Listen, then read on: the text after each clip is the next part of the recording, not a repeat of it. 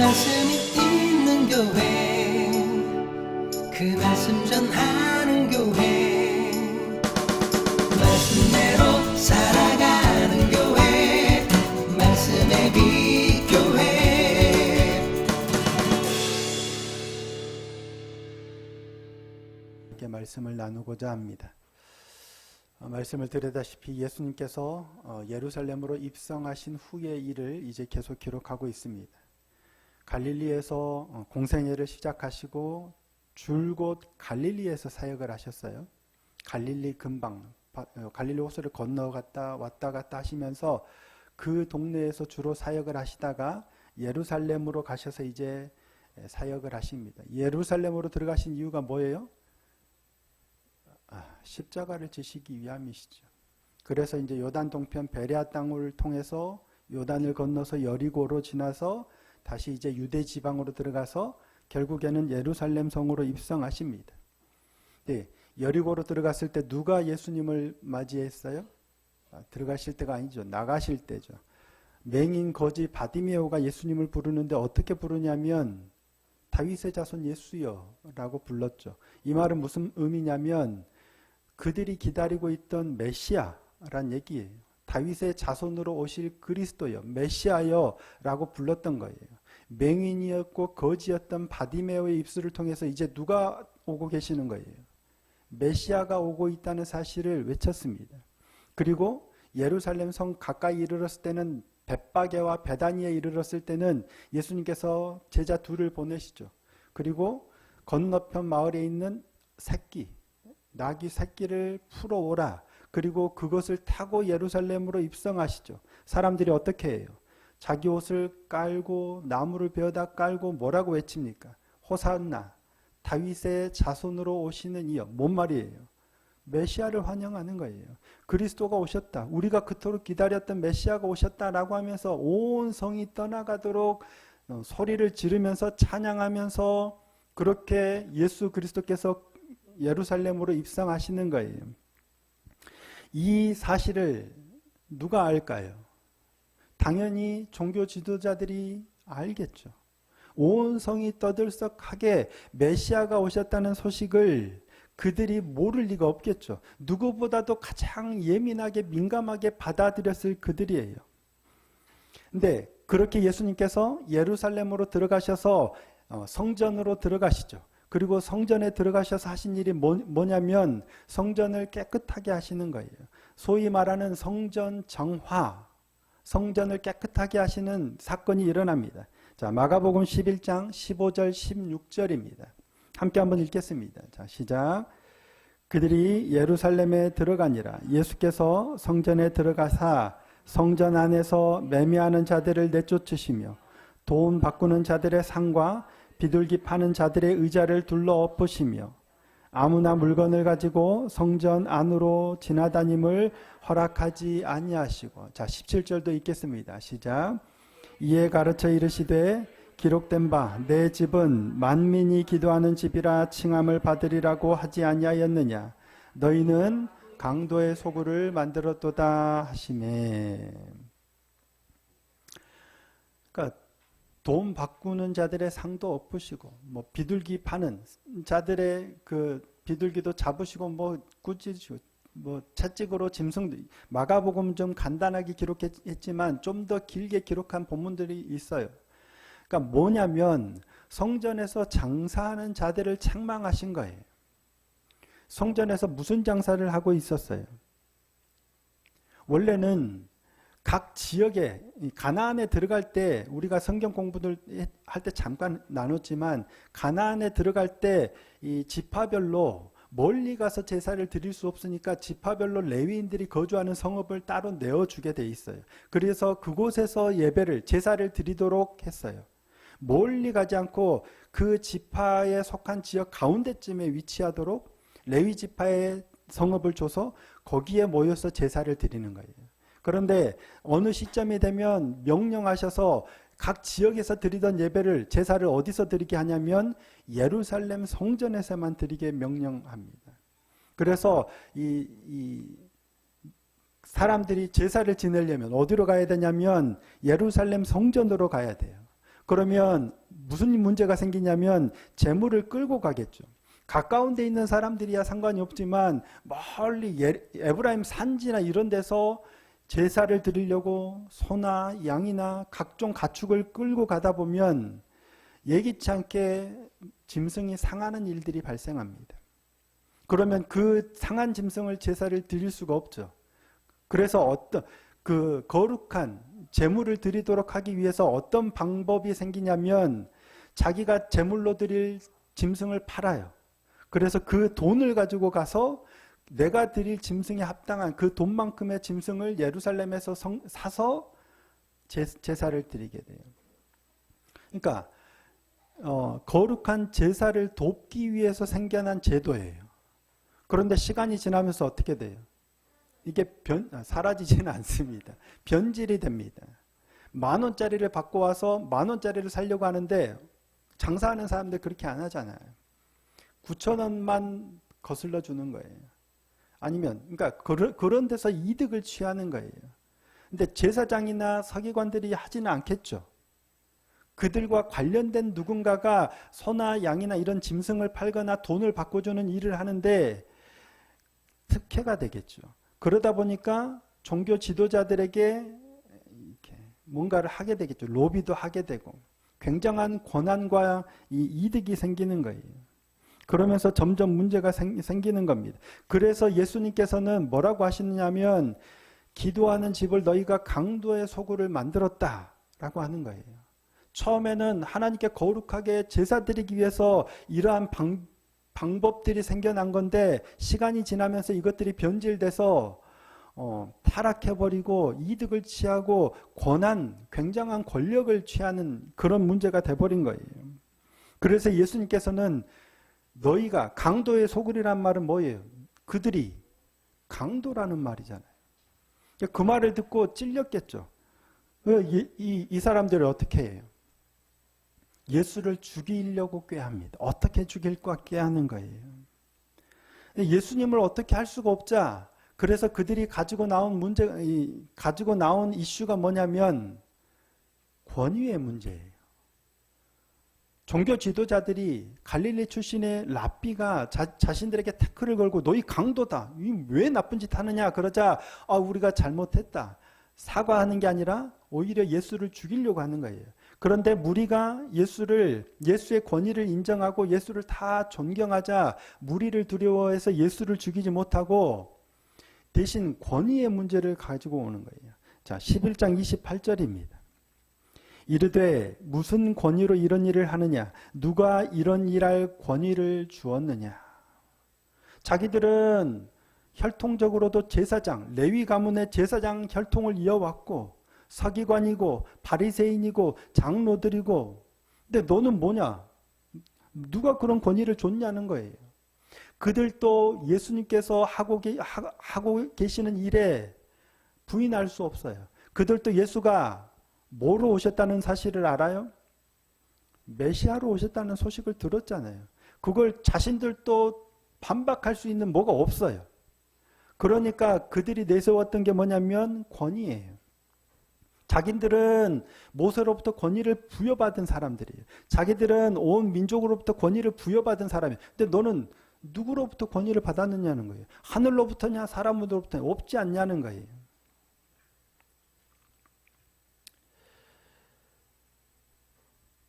패러다임의 전환을 시도하고 있는 거겠죠. 예수님을 어떻게 할 수 없어요. 말씀으로도 어떤 권위로도 어떻게 할 수 없으니까 패러다임을 전환해서 권위의 문제를 들고 나온 거예요. 오늘 우리나라도 마찬가지죠. 이런 패러다임을 마치 전환해서 잘못한 사람이 마치 내가 피해를 입은 것인 양 이렇게 전환을 시도하는 거예요. 근데 예수님께서는 권위를 따져 묻는 그들에게 오히려 반문하시죠. 그러면 내가 하나를 묻겠다. 너희가 대답하면 나도 대답하겠다. 그래서 예수님께서 언급하신 게 뭐예요? 요한의 세례가 하늘로부터냐 사람으로부터냐. 그들이 요한의 세례가 어디로부터인지 알아요 몰라요? 압니다. 하늘로부터가 아니라고 알았다면 사람으로부터라고 하면 돼요. 그들도 요한의 세례가 하늘로부터라는 걸 알아요. 그런데 그렇게 말할 수가 없는 거예요. 그러면 너희 왜 세례 안 받았느냐? 그들도 요한의 세례가 하늘로부터라는 걸 인정해요. 하지만 겉으로는 인정할 수가 없는 거예요. 또 그렇다고 해서 사람으로부터라 하면 사람들을 두려워해서 그것도 못해요. 권위가 어디서부터인지 알지만 말을 못해요. 이리저리 눈치 보고 여기저기 눈치 본다고 대답하지 못해요. 그러자 예수님께서도 그러면 나도 무슨 권위로 이런 일을 하는지 너희에게 말하지 않겠다라고 말씀을 하세요. 그들의 완악함이죠. 분명 뭐가 옳고 뭐가 그른지도 알아요. 예수님께서 그들을 책망하셨을 때 그들이 하고 있는 게 잘못이라는 것도 알아요. 그들이 성전에서 지금 이 하고 있는 이 행해지는 일들이 잘못이라는 걸 알아요. 책망받았을 때 찔렸으면 두 가지 반응이겠죠. 하나는 찔렸으면 회개하고 용서를 구하거나 또 하나는 찔렸을 때 반발하는 건데 그들은 뭘 선택했어요? 반발을 선택하잖아요. 회개하고 용서를 구하는 대신 반발을 선택해요. 그래서 예수를 죽이려고 하고 어떻게든 권위의 문제로 넘어뜨리려고 해요. 그들의 완악함이죠. 그런 그들의 완악함을 지적하기 위해서 예수님께서 한 가지 비유를 말씀하시는데 그게 바로 오늘 본문입니다. 포도원 주인이 포도원을 만들어 놓고 울타리도 두르고 포도즙 짜는 틀도 만들고 망대도 세우고 새로 주고 갔다라고 기록하고 있습니다. 예수님께서 든 비유입니다. 자, 1절 말씀입니다. 예수께서 비유로 그들에게 말씀하시되 한 사람이 포도원을 만들어 산울타리로 두르고 집 짜는 틀을 만들고 망대를 지어서 농부들에게 새로 주고 타국에 갔더니 포도원을 만들어 놓고 그냥 새로 준 게 아니에요. 포도원을 만들어 놓고 뭐예요? 울타리도 산울타리도 두르고 집 짜는 틀도 만들고 망대도 세우고 그건 뭐냐면 농사 지을 수 있는 모든 걸 갖춰 놓고 새로 줬다는 거예요. 그러면 농부들은 포도 농사를 지어서 포도즙이 되든 어쨌든 소출이 나면 정당한 세를 줘야 되겠죠. 아무것도 안 해놓고 하라고 그랬어도 사실은 줘야 되는데 다 해놓고 다 갖춰놓고 정당하게 농사를 지을 수 있도록 새로 주고 간 거예요. 그런데 소출을 거둬서 세를 내야 될 때가 되자 뭐예요? 이게 아까웠던 것 같아요. 종을 보내서 세를 받으려고 하니까 못 주겠다. 때려서 보냅니다. 주인이 또 다른 종을 보내니까 그도 때려요. 머리를 상하게 하고 능욕하고 어떤 이는 계속 보내니까 심지어 죽이기까지 합니다. 점점 심해지는 거죠. 처음에는 아까워서 못 주겠다 버티다가 나중에는 아예 마치 자신들의 권리인 양 온 사람을 때려 죽이기까지 합니다. 왜 그랬을까요? 안 주고 싶었던 거겠죠. 처음에는 포도원을 새로 얻었을 때는 뭐예요? 새를 얻은 것만 해도 감사했겠죠. 와, 일할 수 있는 기회를 주고 벌어 먹고 살 수 있는 기회를 줘서 감사하다. 당연히 새로 주겠다라고 했지만 수확할 때가 되자 아까웠던 것 같아요. 욕심이죠. 사람 마음이 참 그런 것 같아요. 결국 포도원 주인이 최후로 보낸 사람이 누구예요? 아들이죠. 사랑하는 아들을 보내면 그는 존대하리라 라고 생각하고 보냈는데 존대하기는커녕 어떻습니까? 자, 그들의 반응이 뭡니까? 7절 8절입니다. 그 농부들이 서로 말하되 이는 상속자니 자 죽이자. 그러면 그 유산이 우리 것이 되리라 하고 이에 잡아 죽여 포도원 밖에 내 던졌느니라. 어떻게 생각한 거예요? 이 아들만 죽이면 결국 포도원 우리께 되겠네. 처음에는 새가 아까워서 새 안 주고 종들 때렸는데 아예 그 차원을 넘어서 이 상속자만 죽이면 아예 포도원이 우리께 될 거다라고 계산을 했던 거예요. 이게 죄의 속성이 아닌가 싶어요. 처음에는 어떻게 한번 이러다가 점점 시간이 되면 아예 뻔뻔하게 그냥 대놓고 마치 그게 내 권리인 것처럼 행하다가 나중에는 그의 것을 빼앗기까지 당연하다라고 생각하는 것 같아요. 대제사장과 서기관들과 장로들이 어떻게 했어요? 예수를 어떻게 죽일까 꾀했다고 그랬잖아요. 그들은 어떤 사람들이에요? 성전을 맡은 사람들이에요. 하나님으로부터 말씀을 맡은 자들이에요. 그들로부터 백성을 잘 이끌어 가도록 특별한 권한을 부여받은 자들이에요. 그런데 어느 순간부터 자신들의 이익과 권한을 위해서 변질이 되는 거예요. 당연히 세를 드려야 되잖아요. 세로 주기로 했어요. 정당한 세를 내기로 했는데 아까워요. 그러다 보니 나중에는 점점점 내가 가진 것을 빼앗긴다는 느낌이 드는 거예요. 정당하게 세로 내는 건데 세가 아니라 내 걸 빼앗긴다는 느낌이 드는 거예요. 그래서 내 거 안 뺏기려고 하다 보니까 나중에는 그 사랑하는 아들까지도 죽이는 거예요. 근데 성전을 드나드시면서 이런 사건 안에 한 가지 좀 의아한 사건 하나가 삽입되어 있는데 그게 뭐냐면 무화과 나무를 저주하신 사건이에요. 성전으로 성전에 드나드시면서 예수님께서 한번 시장하셨죠. 그런데 멀리 무화과 나무가 보여요. 근데 그 나무의 잎사귀가 제법 무성해요. 그래서 예수님께서 가까이 가셔서 뭔가를 얻으려고 봤더니 있어요, 없어요? 없어요. 그래서 예수님께서 이 무화과 나무를 저주하십니다. 이제부터 영원토록 사람이 내게서 열매를 따먹지 못하리라. 근데 진짜 이상한 건 아직 무화과의 때가 아니래요. 그런데도 예수님께서 이 나무를 저주하셨어요. 그러자 이 무화과 나무가 어떻게 돼요? 말라버리는데 뿌리까지 말라버려요.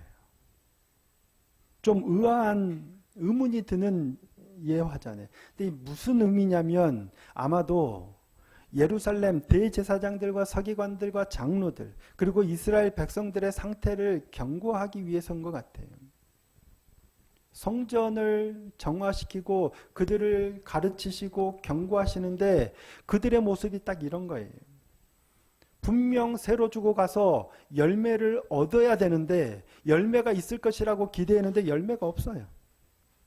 그러니까 뿌리까지 말라버린 거예요. 그들은 더 이상 강팍해서 종을 보내고 또 보내고 얼마나 많은 선지자들을 보내서 하나님께서 계속해서 새를 내라고 말씀을 하셨죠. 그런데도 선지자들을 때리고 능욕하고 죽이고 그게 이스라엘의 역사였어요. 그래서 결국 쫓겨나고 나라를 잃고 지금에 이르렀는데 지금 뭐예요? 뿌리까지 말라서 이제는 소망이 없는 그런 지경에까지 이르렀다는 얘기예요.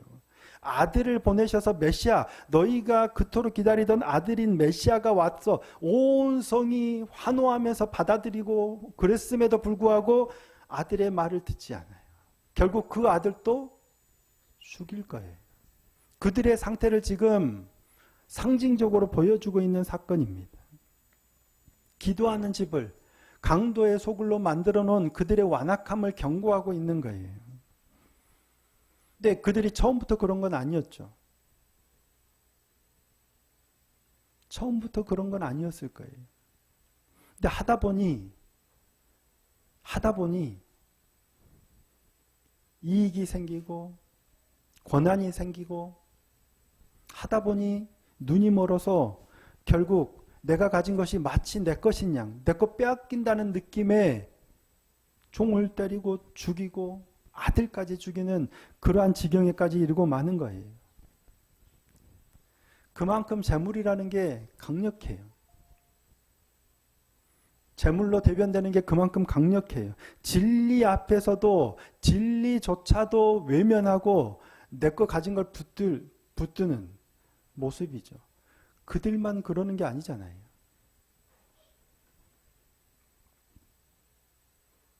우리도 마찬가지입니다. 교회 건축을 할 때 많은 교회들이 건축과 관련된 장로님들을 이렇게 컨택을 해서 건축을 행하죠. 그러다가 문제가 된 교회들이 많죠. 장로님을 왜 컨택을 했을까요? 교회를 열심히 다니는 장로님이면 교회를 건축할 때 정직하게 교회를 위해서 일해 주겠구나라는 기대감에 하지만 뒤통수 맞을 때가 많죠. 얼마나 아픈 이야기예요. 근데 그만큼 오래 교회를 다니고 그만큼 신앙이 있다고 하는데도 작은 이익 앞에서 사실 정직하기가 어려운 거예요. 목회자들이 저처럼 작은 교회에 힘겹게 눈물로 막 기도하고 그렇게 애를 써서 하시다가 결국 어느 정도 교회가 좀 커지고 성도들이 늘어나고 그러다 보면 변질되는 이유가 뭘까요? 제가 만약에 교회가 커지면 어떻게 될까요? 절대 자신할 수 없습니다. 나는 절대 안 그래야지 사람은 믿을 수 없습니다. 그만큼 이 이익이라는 것 앞에서 내가 가진 것이라는 것 앞에서 사람은 정말 연약한 존재예요. 그래서 예수님께서 뭐라고 해요? 하나님과 재물을 겸하여 섬길 수 없다 라고 말씀하셨고 부자가 천국에 들어가기가 낙타가 바늘구멍에 들어가는 것보다 더 어렵다는 거예요. 우리가 내 어떤 신앙이나 내 의지로 지켜낼 수 있다라고 결단하지만 불가능하다는 거예요. 하지만 사람으로는 할 수 없으되 하나님으로서는 다 하실 수 있는. 그래서 우리가 하나님의 은혜에 기대해야 되는 거예요.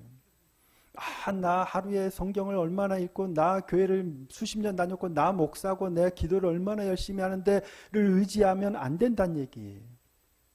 그런 것들이 좋은 거고 중요하지만 결국엔 우리의 연약함을 가지고 하나님의 은혜를 기대하며 나가야 하는 거예요.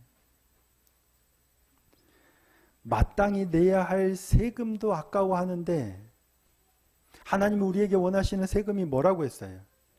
보편적으로는 공평과 정의라고 말씀을 드렸잖아요. 정직하게 정당하게 내야 되는 세금도 아까워하는데 하물며 내가 애써 농사지은 저 밭 한 모퉁이 남겨두라는 명령을 지키는 게 얼마나 어렵겠습니까? 어렵지만 하나님의 말씀에 붙들리면 되어지는 것 같아요. 그래서 더 말씀 앞에 기도의 자리에 머물려고 하는 겁니다. 나의 의지로 나는 의로우니까 나는 하나님의 말씀을 따라서 이렇게 해야지 하면 잘 안 되는 것 같아요.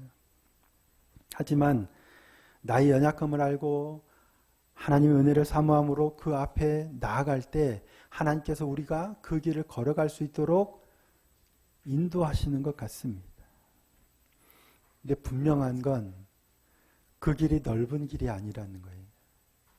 그 길이 많은 사람이 가는 길이 아니라는 겁니다. 그렇기 때문에 우리가 더 조심하여 더 소망함으로 그 길을 하나님께 구하고 나아가야 할 줄로 믿습니다.